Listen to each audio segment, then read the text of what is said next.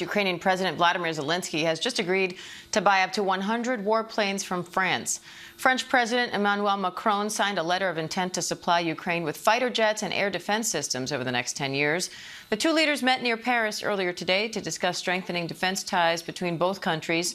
Now Zelensky is describing the meeting as a, quote, special moment, saying it's truly historic for both nations. Let's bring in foreign correspondent Tom Soufi Burridge from Paris and ABC News national security and defense analyst Mick Mulroy for more. Tom, last month, Sweden signed a similar letter of intent. So what's the latest on this deal between Ukraine and France? Yeah, in principle, Dan, this is a hugely significant deal. I mean, it's not going to, change the war tomorrow, because these airplanes, the warplanes which France is promising to supply to Ukraine, and Ukraine will buy them effectively, won't be in Ukraine's airspace for years. But this is the latest generation of French fighter jet, the Rafale. Think of it as being the French equivalent of the F-35. It is a big step up. 100 is a huge number. It comes on top of Sweden promising 150 of its latest generation of fighter jet as part of today's deal, which is basically a declaration of intent. So it is France and Ukraine saying that they intend to strengthen their defense cooperation and defense production. There'd also be the latest generation of air defense systems, the SAMP-T, capable of shooting down ballistic missiles like the US-made Patriot, and also tightening cooperation in terms of drone production. Ukraine is really leading the way in terms of certain types of defensive drones, interceptor drones, which basically can knock down other one-way attack drones out of the sky. And look, the French are interested in also kind of buying into that for themselves, but also building up Ukraine's military. And French President Macron was making the case again today that building up Ukraine's military in the medium term is about protecting Ukraine in the longer term. Effectively, it's about those security guarantees. Think back to when President Trump was really trying to push Vladimir Putin and Volodymyr Zelensky into a room to try and get an end to the war in Ukraine. And Ukraine and the Europeans were saying, we'll agree to a peace deal if there are major security guarantees for Ukraine. Well, the Europeans are pushing on regardless. They are now, signaling that in the long term, they are willing to really, really bolster up Ukraine's military in ways which haven't been done before, with latest generation fighter jets, latest generation air defense systems. And that is why today's announcement is significant, even though the financing behind all of these warplanes isn't totally clear. Mick, where does this leave Ukraine's ability to defend itself or even make advances against Russia?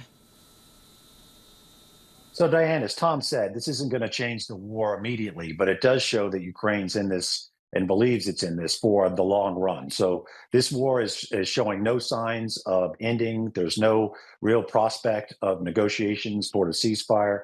Ukraine is looking to gain capabilities. This is the fifth generation fighter, so the one most advanced in the world, similar to the F-35.